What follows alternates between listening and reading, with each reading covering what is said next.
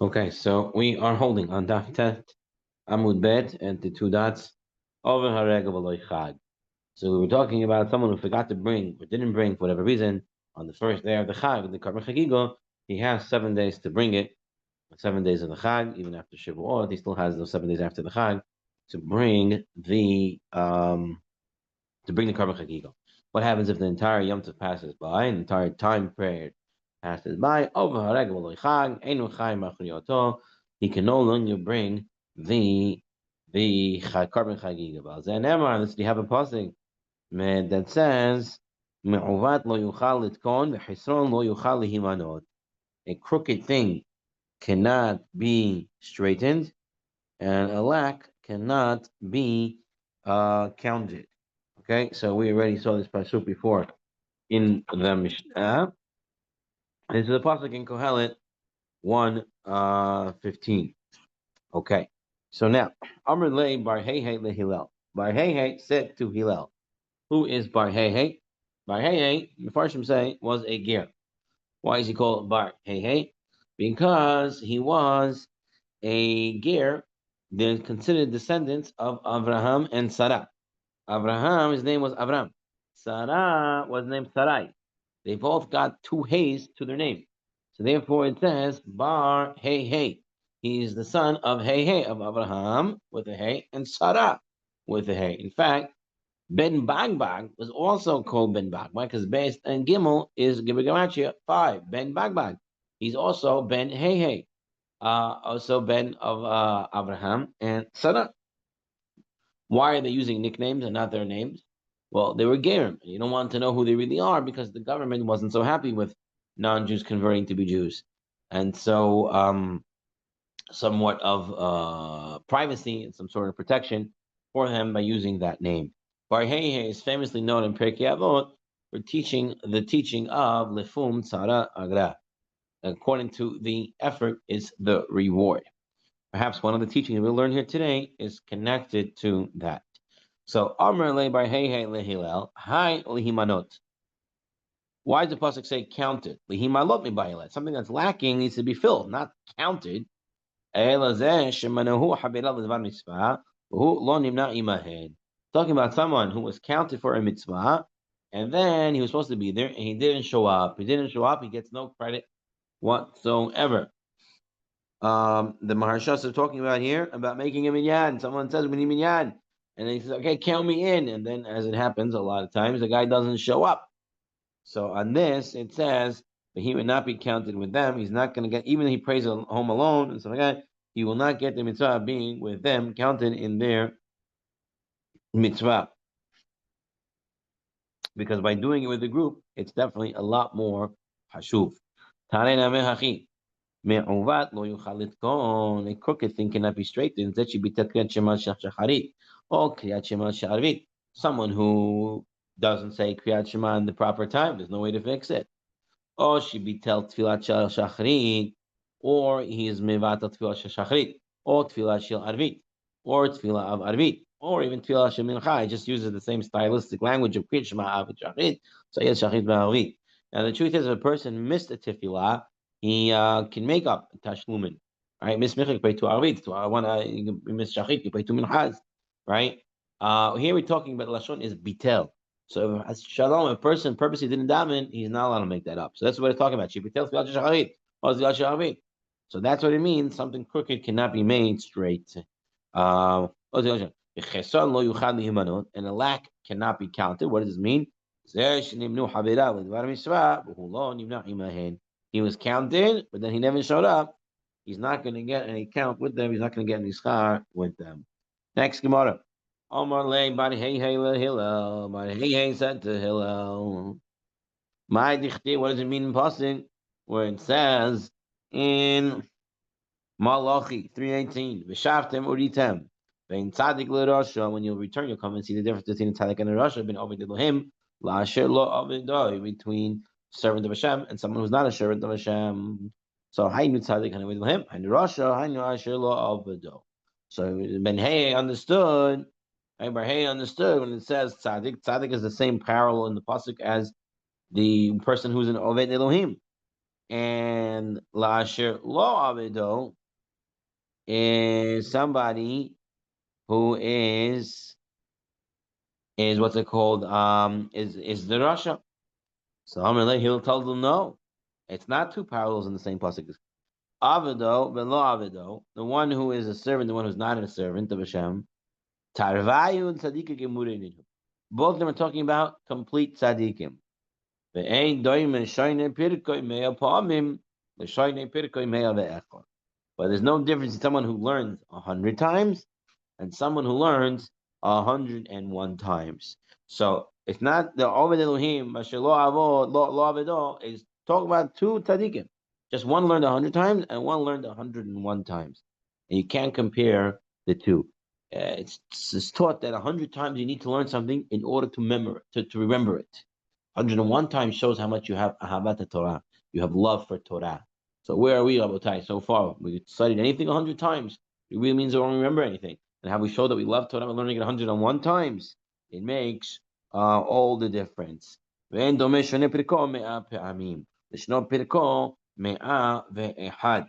Now, someone is saying, take a look at the pasuk. It said, Oved Elohim la'asher. Oved Elohim la'asher. The first letters, Oved is Ayin. Elohim, 171. Lamed, 30, so 101. That's a person who serves Hashem. Lo Avido doesn't serve Hashem, is just Lamed and Ayin. So learning something 100 times is considered not serving Hashem. In fact, they say that the Malach that is for bad, the Satan, is known as the Samach Mem. Samach Mem, 60-40, is 100. Whereas the Malach of Israel, right, Michael, Sa Israel, Michael, is 101. Is 101. So 101 times that a person is learning. The Malach becomes Malachi, becomes my angel. It goes in front of us. There is a lot of special things that someone who learns 101 times. So Amar Lei, so Bar Hey says to Hillel, because he just didn't learn it one more time, he's considered not a servant of Hashem. So Amar Lei, Hillel said, Ain, yes, that one time makes all the difference. One thing makes all the difference. From the marketplace of donkey drivers. You tell me you want to go 10 pasot, they say one zuz. You want to go 11 pasot, they'll say now you have to give me 2 coins. So for just one more parsa, they're charging another whole coin. So that makes one difference makes all the difference. Next, and perhaps here is where Bar Hei's statement in Pirkei Avot comes from. The Fum Tzaraga, based on the effort is the reward. 100, yeah, 101. It's a whole different ballpark. Eliyahu said to Bar Hei, some say Eliyahu said to Elazar. What does it say in the pasuk? Hine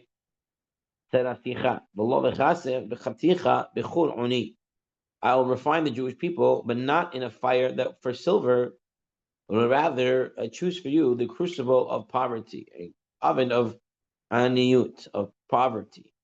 Melamed teaches us, Shachazar HaKadosh Baruch Hu, Hakol midot tovot li'ten le'Yisrael, lo matzah ela aniyut.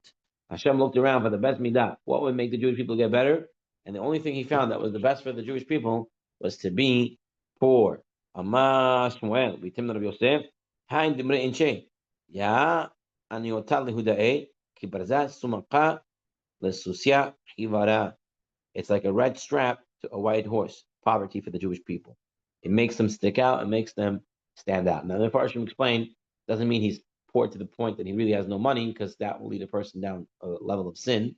But it means a person who has, but he doesn't have, he has a certain amount, but it's always a challenge from month to month. Each challenge of the money that he has. We already saw that having a lot of money could be a lot of tests to the person. It can make a person go on the wrong path. He eats different, thinks different, sees different. But I think the idea here could be really explained through a story that was related by the Gale Amukot, that he shares a story as follows, that in the streets of Krakow, there was a Talmid Chacham that used to come early in the morning and sell the chalot, the bread that he made at home. And every day he would do this. And one day, a rich man saw this Talmid Chacham sitting at the corner trying to sell some bread.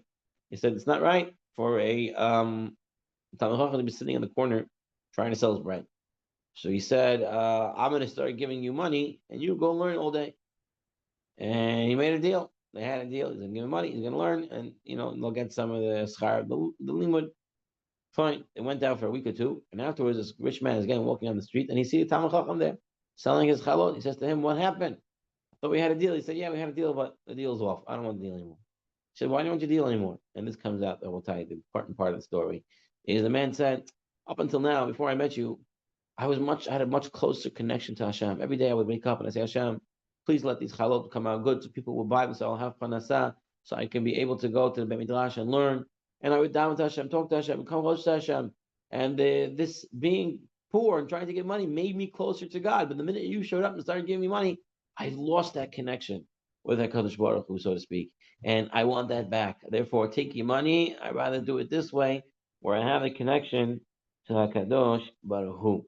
And that's, I think, what this Gemara is saying. Rabbi Shimon ben Masya Omer, Ezehu mu'uvat lo yuchad litkon. When it said a crooked thing cannot be straightened, what does this mean? Zeh haba al ha'irva v'holid mimena mamzer. It's Shalom, someone who had a relation with someone who, if he would be with them, would have a punishment of karet. Then and they had a vlad that was a mamzer, right? This is a thing that is crooked that cannot be straightened. Holy ain does mean if they have if they give birth, then yes, then it's a problem. Lo, but if they didn't give birth and didn't have the mamzer, then it's not considered something that cannot be straightened. Then it's something that could be straightened. You can give back something that's stolen. Goyzel Adam, Ebshe Shechazek as Lovi Taken. Right? Goyzel Adam Shechazek. Goyzel Adam, Ebshe Shechazek as Lovi Taken. Someone steals or someone robs, whether it's in public or not. Goyzel is usually hidden. Goyzel, the guy just comes and takes it. You can give it back. It's a restitution, something you can do to pay back. But if a man is with an Eshidish, then she becomes also to her husband forever. He's banished from the world and he goes away. He's punished in Gehinnom. It's a very big, big punishment. So Rimanasi here seems to say that you don't need to have holid mamzer. You don't have to have the mamzer. You can already have something that cannot be straightened from here when she becomes also to the husband. So it comes also to the Baal. So Shimon gives a different shot. When you bring up a korban, you don't say go examine the camel, go examine the pig. You say go look at the lamb. The lamb is what you can bring. Same thing here. Who was straight that went crooked? A Talmid Chacham who goes away from the Torah.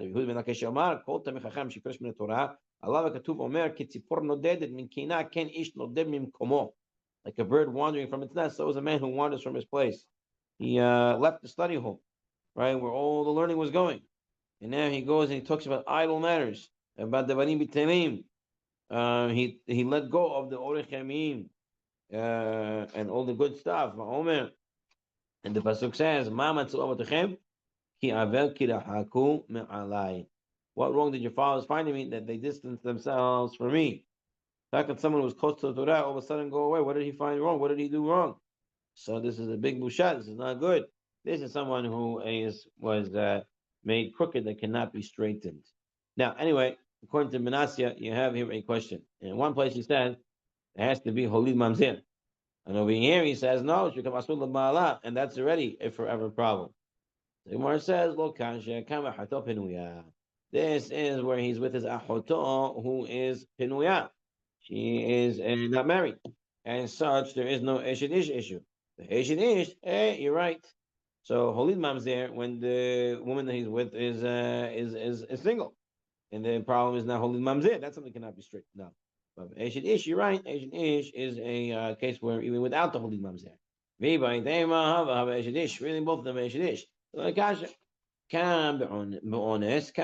It depends. If it's honest, if it was forced, then what's it called? Without being a mamzer is something that can be fixed. It can be a song, but if it's one with a song, then even without the whole mamzer, it's still going to be a problem because she's going to be also her husband. But Ema, both of them were honest. Lokasha, can be Eshet Kohen, can be Israel. Right. So even if it's an honest, but if it's a Kohen, then it's also Olam to the Baal. Whereas if it's the Yisrael, no, she's mutter to the Baal if it was honest. So that's how you can explain the difference in two Manasseh's statements. One where he says you need to have a lead there, and one where he says you don't need to have a lead there. And just to end off this piece of the Gemara until we go to the new Mishnah, and Shalom. Pasuk in Zechariah, talking about the beginning of the destruction, the beginning of the building of the second Beit Hamikdash, and it was very, very what's it called? Not a nice place at that time. It was very broken down and the like. So the Yotzei Melaba in Shalom, Omarab, Kivan Sheyatza Adam Medavar Halacha. So now he gives the drush. Once a person leaves Halacha, Ledvar Mikra, so he goes and he comes out, and he goes to learning the Chumash, Shuv in Lo Shalom. It's not going to have any peace because learning Halacha, it's very definitive. You have to give definite answers, definitions, and stuff like that. Whereas when you learn Mikra, you don't have that.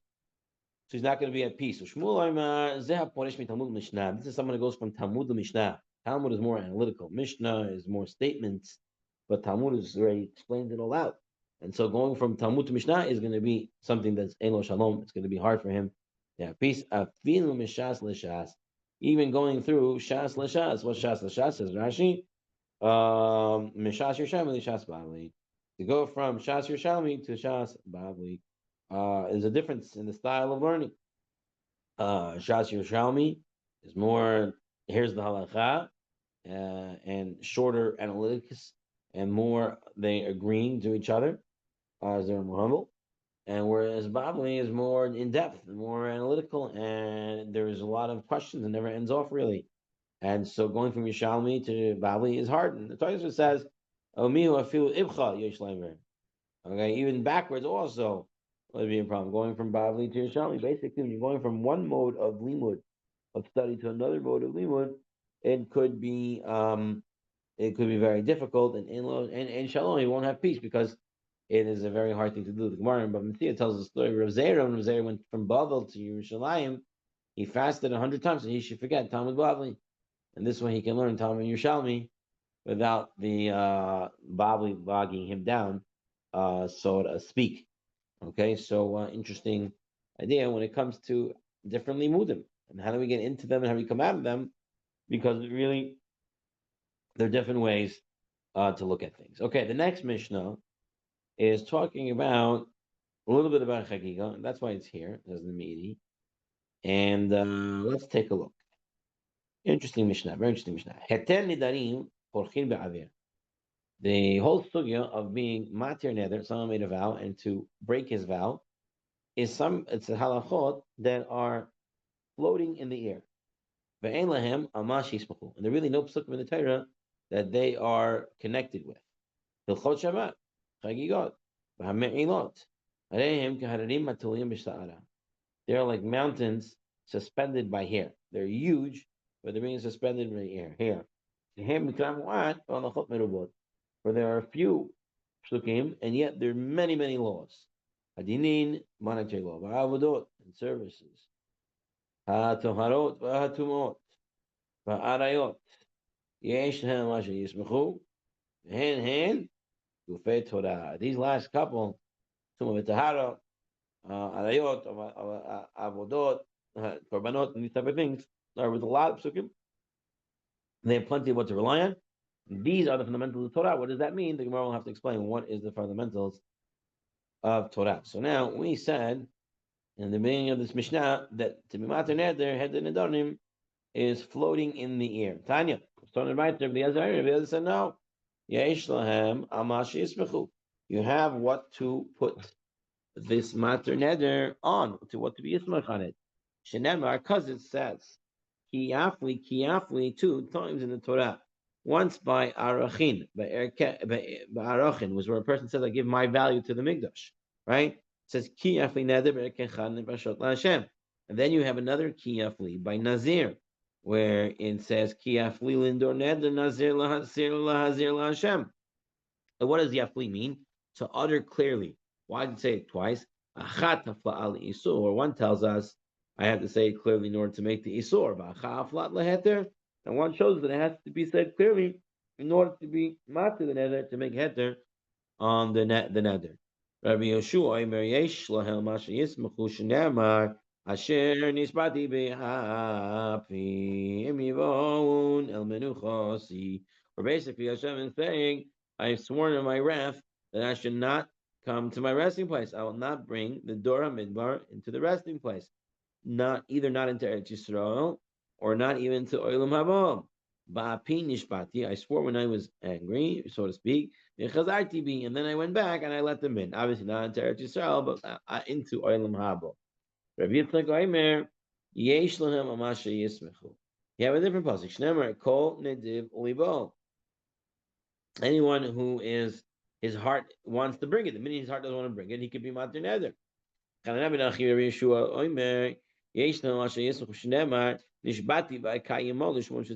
I swore and I will fulfill.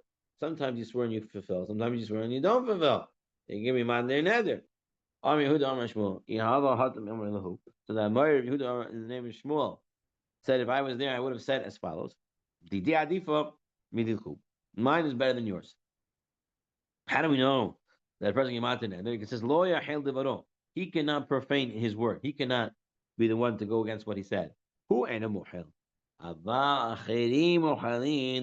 But though others can annul his vow from him for him, so it could be done by someone else. So it's a pasuk. You have mashe yismachu. Omar Rava says lekulo it le'pircha. The Vashmul the late le'pircha. All of them have a flaw except this one of Shmuel, Yehuda Amar Shmuel, which has no pircha. Okay, no flaw. What's going on? Ti'i mid Rabbi Eliezer. His aunt, it's Rabbi Eliezer. Rabbi Eliezer's source was kiafli. Dim luck, his Rabbi Yeshua, Rabbi Yehuda Shalom Mishmar Mitafron. The Tanya, Rabbi Yehuda Oimer Mishmar Mitafron, the oil of Echad Mehem Nazir Shalom Nitim Nazirut Elu Hafla. The case is maybe I need yafli, as Rabbi Yehuda said. What was the case Rabbi Yehuda said? Two guys are talking and they see someone walking by, and one says, "If he's a nazir, I'm going to be a nazir." And one says, "If he's not a nazir, I'm going to be a nazir." Neither of them become a nazir because they depended on something. It has to be kiyafli. It has to be very clear that this is what's going to be done, and not left as a doubt. And not left as a doubt. So that's why that's what the words are kiyafli. So it's not to teach us the give us a source for the halacha of mater neder.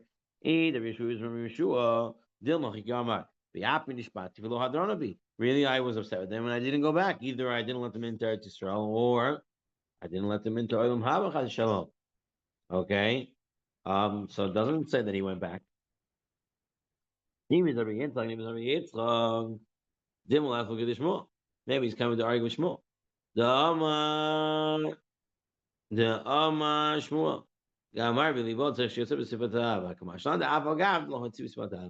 Shmuel said that in order for it to be a nether, you have to say it. You're thinking it, so it's your heart. You have to actually say it. So maybe when it says call it boy, you wanted to say, oh, as long as his heart wants it, he can bring it. When he doesn't want it, he can be hacharatan and he can be matar nether. No, maybe it just means that he could do it without even saying anything. Call me divlibol. With his nediv, if he's libol, he can be nediv. He doesn't have to actually say it. Maybe that's what you learn from that pasuk. So you cannot use this pasuk to tell us the laws of being matar neder. Maybe it's like Gidol Marav. No, Gidol Marav. And I shouldn't be in the Kamet mitzvah. From where do we know that we can make a neder even when you have to fulfill a mitzvah that you already have? I've sworn and I fulfill to keep your righteous ordinances. So maybe that pasuk is to teach us that you could make it out, even something that you're already supposed to do. Shmuel's teaching that teaching stays. Charifta, one sharp pepper is better. Mimole tona de kore, a basket full of melons. You want some flavor? Try the hot pepper. His proof is better than all of them. One more sugya. Okay, so it also said that the halachot of Shabbat is also a halachot that are mountains suspended by here. So Hilchot Shabbat, Gemara starts off Michtav Ketivan. We have many times it says don't do avodah on Shabbat, don't light a fire on Shabbat. So how is it suspended by here? Well, it's Tzricha Rabbi Abba. It's needed for Rabbi Abba. The Amar Rabbi Abba. Achai for the Guma b'Shabbos ain't tzarich ela afara. Someone who digs a hole in the floor of his house or a courtyard on Shabbat, but requires only the earth, and not the hole itself. Right? He just wants some earth so he can cover some fill. Potter Leah, he is Potter. He doesn't have to bring a carbon. Even though he did something that looks like binyan. Potter Leah. Okay, and this din seems to be based on a mountain suspended by here. Kiman, whose opinion does this occur with? Rabbi Abba teaching this halacha? Maybe you want to say Rabbi Shimon. Right? Rabbi Shimon says, malacha that is not tzricha legufa, it is potter. What does that mean? Malacha shein tzricha legufa. So this is a machlokes throughout the Shas. Rabbi Shimon and Yehuda regarding malacha shein tzricha legufa. Rabbi Shimon says that's okay. You're potter. Rabbi Shimon and Yehuda holds you chayav for it. What is this? An example is given by a person who takes a dead body out of his house on Shabbat for burial.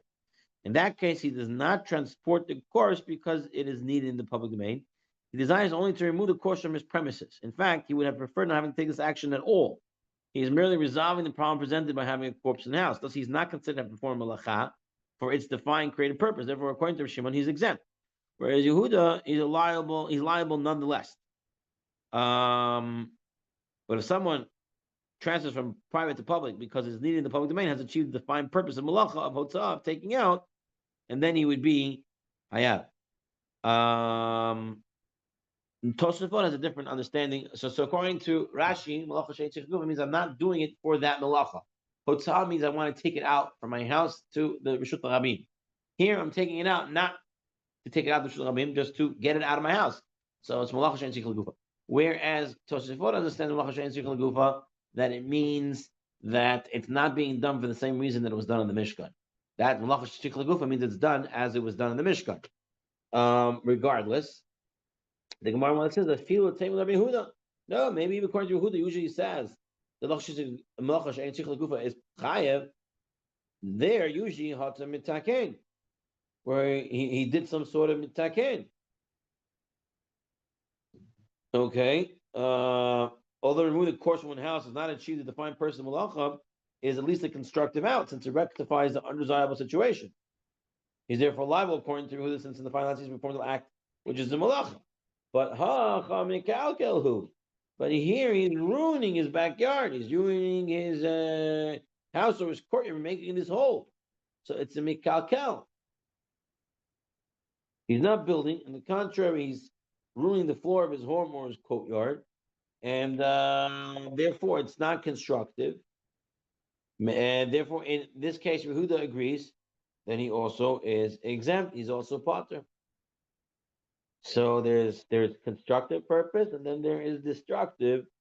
Now, my keharanin atiluin b'sa'ara. So now it comes to explain what does it mean mountains suspended by air. This is exactly it. Malachet machshaven asra Torah.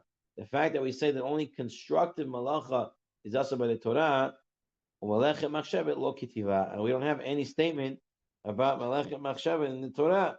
And that is the halachot that we're going with. So, but it's merely alluded by the juxtaposition of the two passages of the Mishkan to the Shabbat. Tells us like the Mishkan, it was done constructively. So to Malacha and Shabbat has to be done constructively in order to be over it. And that is considered halachot that are mountain suspended by here as this little proof to to them in the Torah. Okay, we'll end over here. Yashir Koach, let's move on.